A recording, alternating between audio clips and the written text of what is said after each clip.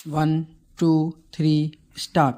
उपसभापति जी, हमारे विशेषज्ञों ने कहा है कि जिन देशों में पहले शिक्षा का विकास हुआ है वहाँ शेष विकास बड़ी सरलता से हुआ है, और जिन देशों में शिक्षा का विकास नहीं हुआ, केवल पैसा मिलता रहा हो, उनका तो उसके कुछ और ही परिणाम हो सकते हैं।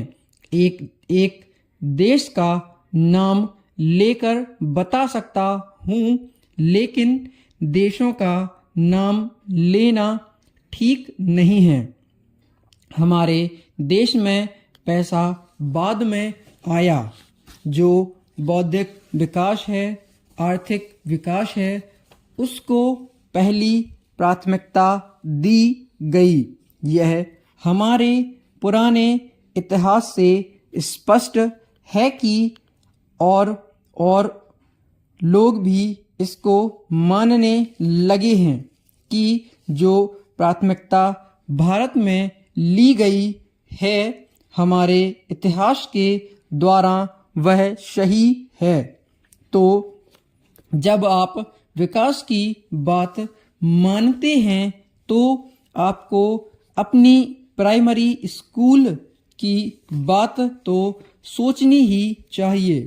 प्राइमरी स्कूल को कितने सरपंच देखते हैं, गांवों को लोग देखते हैं, उसके बारे में कोई भी आंकड़े रखते हैं।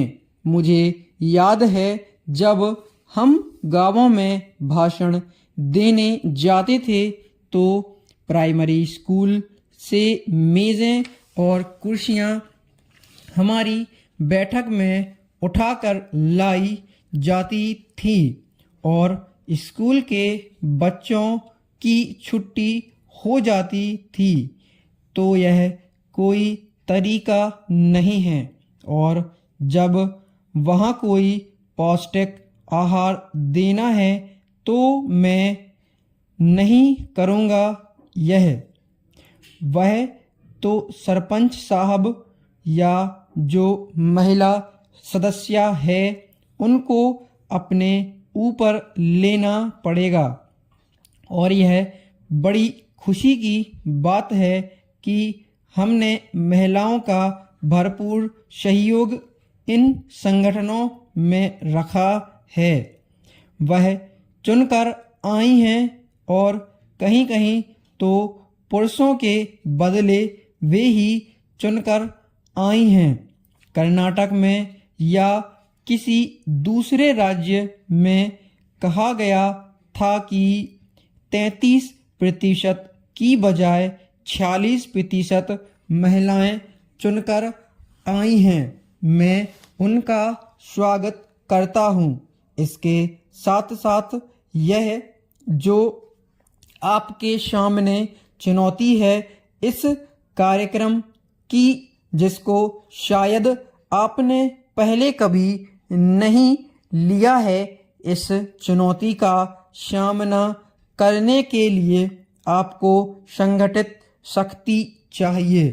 आपसी झगड़ों से परे हटकर आपको देखना है कि जो गांव में गरीबी है उसे कैसे दूर करना है। कई समाजशास्त्रियों ने यह कहा है कि आज एक बहुत बड़ा अवसर मिल गया है कि पंचायतों को गरीबी को हटाने का उपाय आप सोच सकते हैं, बाहर कोई नहीं सोच सकता। तो यह तीसरा काम करना है, एक तो वोटिंग का, दूसरा विकास वाला, और तीसरा जो बुनियादी काम है गरीबी हटाने का, शीघ्र करना है। समाप्त।